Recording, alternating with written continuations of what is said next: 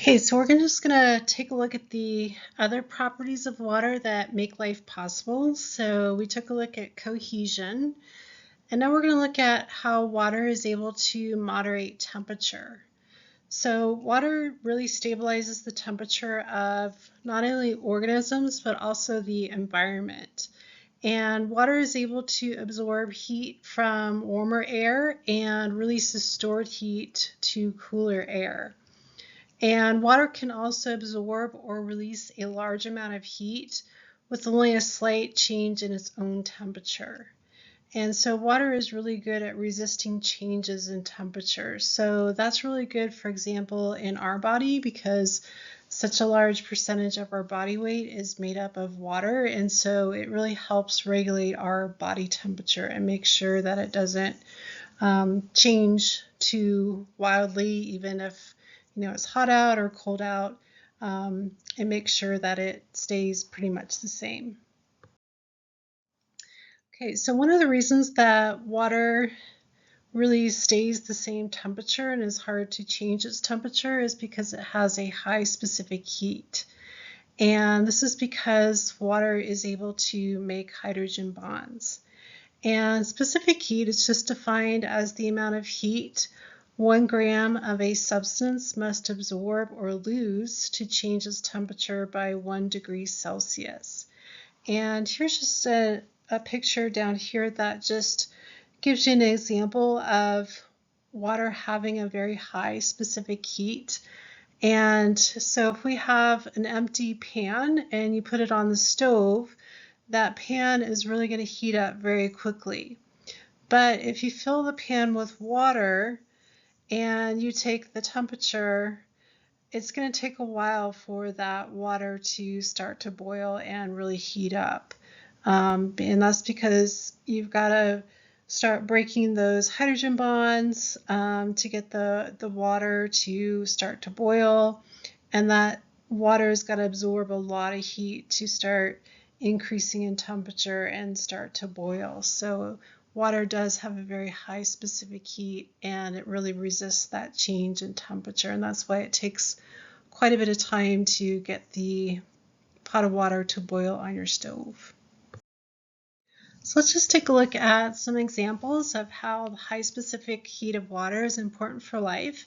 So we talked a little bit about how the high specific heat helps organisms maintain a relatively constant internal temperature, which obviously is pretty important because we don't want to overheat or get too cold.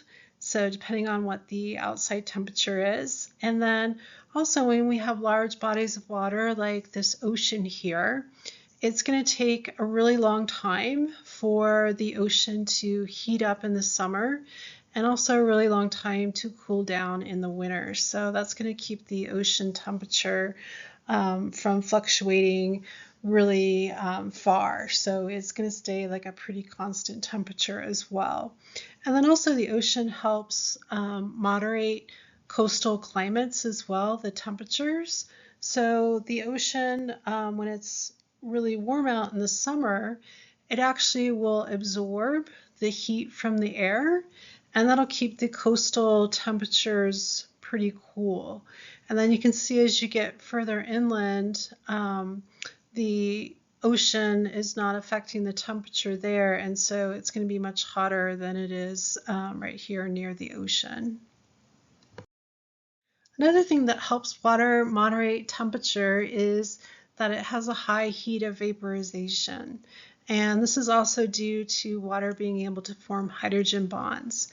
And heat of vaporization is just the amount of heat that a liquid must absorb for 1 gram of it to be converted from a liquid to a gas. So we're just talking about, water in the liquid form turning into the gas form.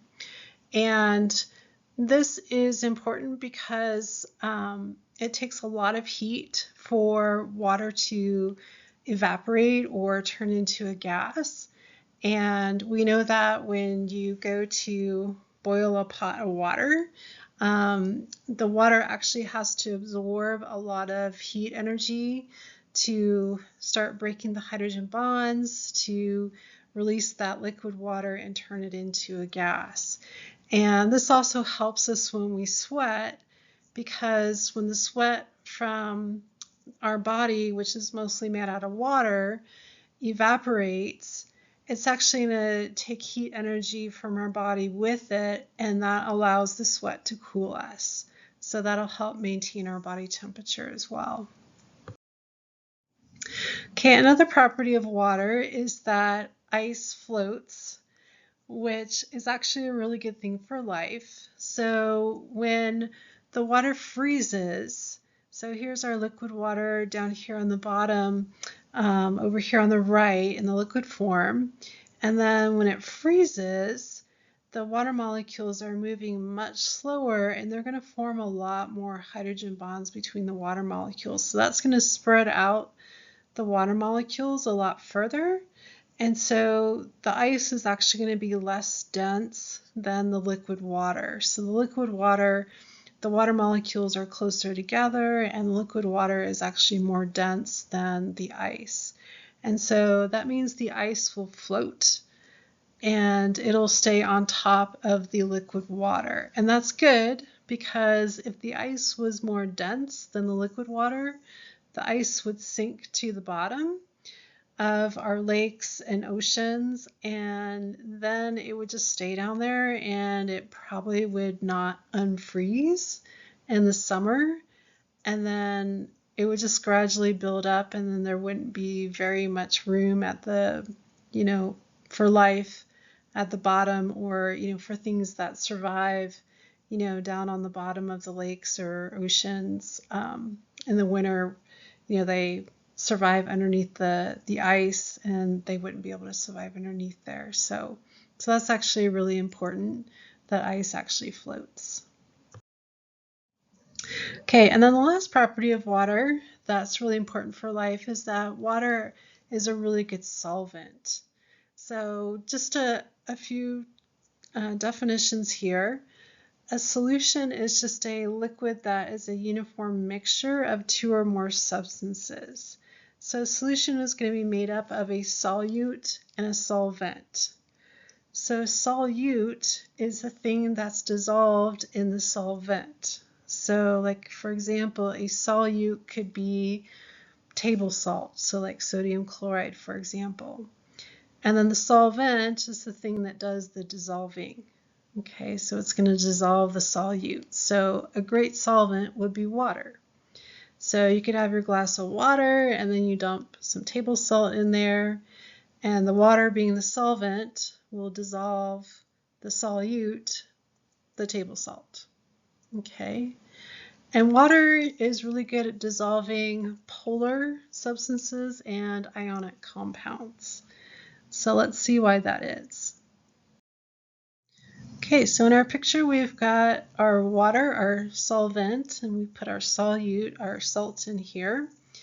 And in our close-up view, we can see why the salt is going to dissolve in the water. So the water molecules, being polar, they have a partial positive charge on the hydrogen atoms here in white, and that's going to be attracted to the negative charge on the chloride ions, and then the partial negative charge on the red oxygen atom is going to be attracted to the positive charge on the sodium ion, and so the water molecules will surround the sodium and the chloride ions, and that will break the ionic bonds that were holding the sodium and the chloride ions together, and that'll make the salt dissolve in the water.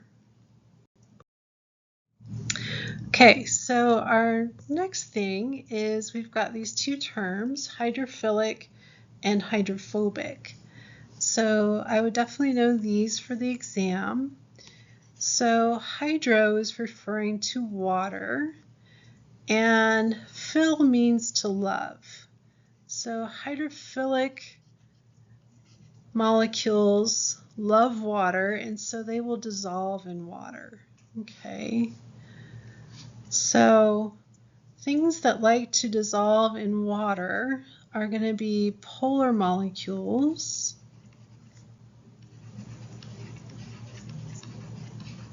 and ionic compounds.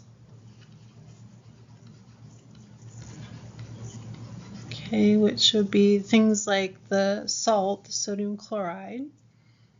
And just to give us some examples here, when you have a polar molecule, remember you've got one of your electron hogs, so maybe you've got an oxygen and something else that's a little wimpy like hydrogen. You've got a polar covalent bond here that would dissolve in water. Or maybe you've got something like an oxygen and a phosphorus together. That would be a polar covalent bond. Okay, that would definitely dissolve. Or maybe you've got a nitrogen. Okay, nitrogen is an electron hog, and carbon's pretty wimpy, so that would be a polar covalent bond.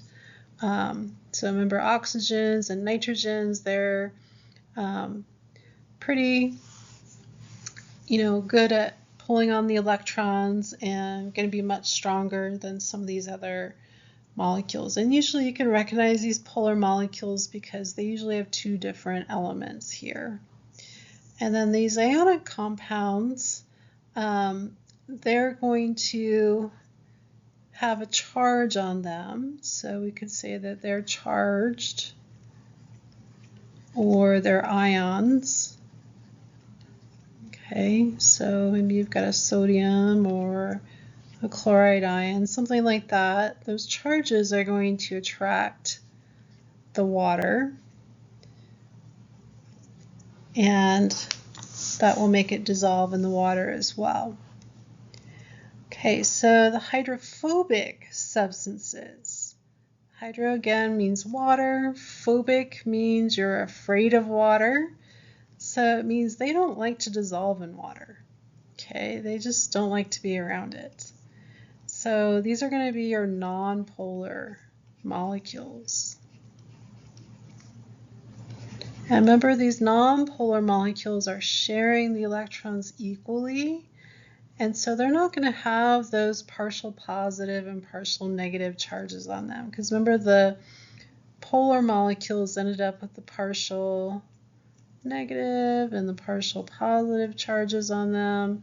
We don't have any of that with our nonpolar molecules because they're sharing the electrons equally.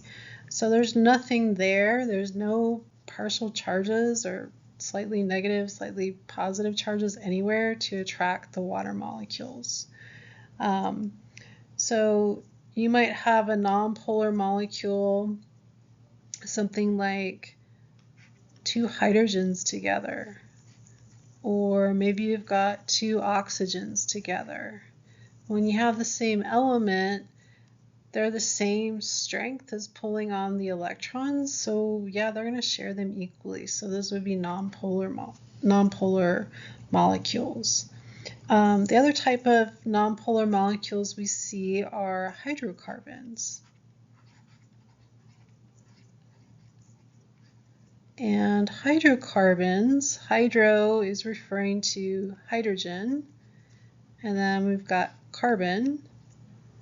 So these would have hydrogens and carbons in them. Okay, and hydrogens and carbons, they're both pretty wimpy and they're going to share the electrons equally. Okay, so you're not going to have any partial charges or slightly positive, slightly negative charges anywhere. So they're going to be nonpolar. A good example of things that are hydrophobic would be like any kind of oil, like this cooking oil, or like if you had, salad dressing, something like that. So if you were to pour some cooking oil or olive oil, whatever, into some water, you would see that they would not mix. Okay, the cooking oil would stay separated from the water. Okay, so that would be hydrophobic.